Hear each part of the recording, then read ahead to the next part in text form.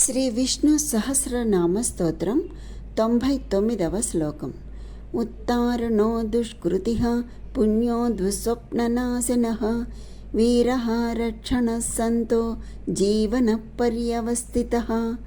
ఉత్తారణో దుష్కృతిః, ఇందులో ఉత్తారణః అనగా సంసారమన్నడి ఆపద నుండి భక్తులను ఉద్ధరించువాడు అనగా ఆర్తత్రాణ పరాయణుడు అని. దుష్కృతిః అంటే పాపములను నాశనము చేయువాడు, దుర్మార్గులను సంహరించువాడు అని. పుణ్యః అనగా స్మరణ మాత్రంననే పుణ్యము నొసగువాడు, పుణ్యకార్యములు చేయుటకు ప్రేరేపించువాడు, పునీతుడు, పుణ్యస్వరూపుడు అని. దుస్వప్న నాశనః దుష్ట స్వప్నములను నశింపచేయువాడు, దుస్వప్న ఫలితములను నశింపచేయువాడు అని. వీరః అనగా భక్తుల సంసార గతులను నశింపచేసి ముక్తి నొసగువాడు, నానాయోని ప్రాప్త రూపమైన దుర్గతులను జ్ఞాన ప్రదానముచే పోగొట్టువాడు. రక్షణః అంటే జగద్రక్షకుడు, శిష్టజన రక్షకుడు అని. సంతః అనగా సన్మార్గవర్తనుల రూపమున నుండి జ్ఞానమును సత్ప్రవర్తనను వర్ధిల్ల చేయువాడు, సజ్జన స్వరూపుడు.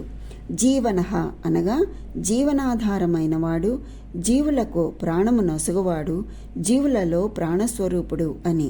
పర్యవస్థితః అంటే సర్వ ప్రపంచము చుట్టూ పరివేష్టించి వ్యాపించి ఉండువాడు అని.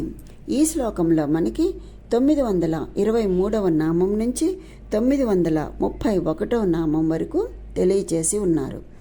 ఉత్తారణో దుష్కృతిః పుణ్యో దుస్వప్ననాశనః వీరః రక్షణః సంతో జీవన పర్యవస్థితః అనగా సంసారమన్నడి ఆపద నుండి భక్తులను ఉద్ధరించువాడు, స్మరణ మాత్రము చేతనే పుణ్యమును ఇచ్చువాడు, పాపములను దుస్వప్న ఫలితములను నశింపచేయువాడు, మరియు శిష్టజన రక్షకుడు, సజ్జన స్వరూపుడు ఆయన.